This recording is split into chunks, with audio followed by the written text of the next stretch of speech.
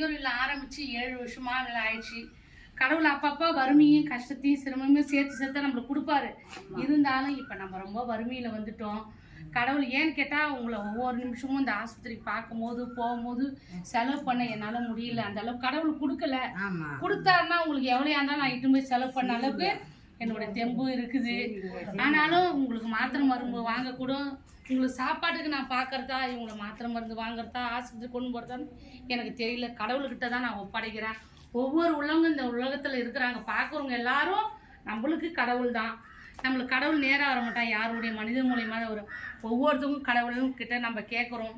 எல்லாரும் பார்க்குற உள்ளங்கள்லாம் இவங்களுக்கு ஒரு ஆஸ்பத்திரி செலவுக்கோ சாப்பாட்டுக்கோ உங்களால் முடிஞ்சது ஒரு 10 ரூபாயோ இல்லை 1 ரூபாயோ நீங்கள் சேர்த்து எங்களுடைய இந்த ஜிபே நம்பரில் நீங்கள் போடலாம். நீங்கள் அதை போட்டிங்கன்னா இவங்களுடைய உடம்பு செலவுக்கோ மற்ற செலவுக்கோ எங்களுக்கு எவ்வளோ ஒரு உதவியாக இருக்கும். இதை நான் தாழ்மையாக கேட்குறேன். ஒவ்வொரு உள்ளங்களும் பார்க்குறவங்கள எல்லாருக்கும் இவங்களை எல்லாரும் ஒரு நிமிஷம் பாருங்கள். இவங்களுக்கெல்லாம் வேறு எதுவும் பெருசாக எதிர்பார்க்கலைங்க. இருக்கிற வரையும் அவங்க உடம்பு நல்லா இருக்கணும், அவங்க பசியை தீர்க்கணும். இதை பங்கள் எல்லாரும் முன் வந்து செய்யுங்க. இதை தாழ்மையாக நாங்கள் கேட்குறோம். இது மாதிரி உங்களுடைய பிறந்த நாளோ இல்லை திருமண நாளோ ஒவ்வொரு வேளை உங்களுக்கு சாப்பாடு நீங்கள் கொடுக்கலாம். உங்களால் முடிஞ்ச உதவி உங்களுக்கு செய்யலாம். இதையும் நாங்கள் தாழ்மையாக கேட்குறோம். நீங்கள் முன் வந்து இதை செய்யுங்க. பார்க்குறவங்க எல்லாரும் தான் நீங்கள் செய்கிறது தான் இவங்களுக்கு பிள்ளைங்களாம் நினச்சி நீங்கள் செய்யணும்.